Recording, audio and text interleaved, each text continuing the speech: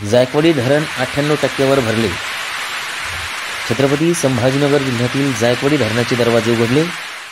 धरणात मोठ्या प्रमाणात पाणीसाठा झाल्याने गोदावरी नदीत पाण्याचा विसर्ग सुरू करण्यात आला आहे।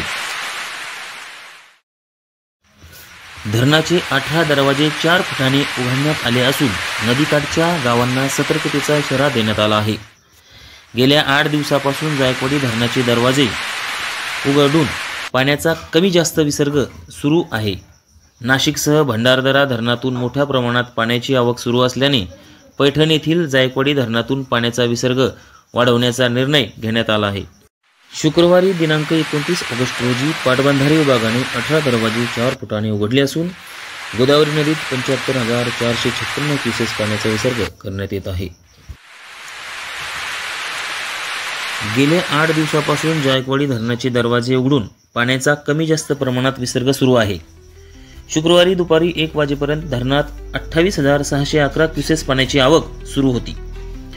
कार्यकारी अभियंता प्रशांत संत आणि धरण उपअभियंता मंगेश शेलार यांनी आवक लक्षात घेता विसर्ग वाढवला।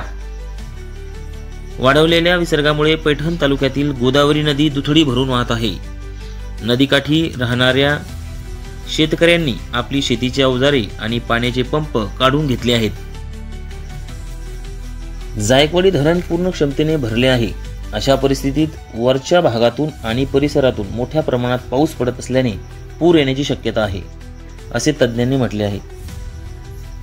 संभाव्य पूर परिस्थिती हाताळण्यासाठी महसूल विभागाकडून आपत्कालीन आढावा बैठक घेणे अपेक्षित असते, मात्र येथील तहसील कार्यालयाकडून अशी कोणतीही बैठक घेण्यात आलेली नाही, असा प्रकार समोर आला आहे।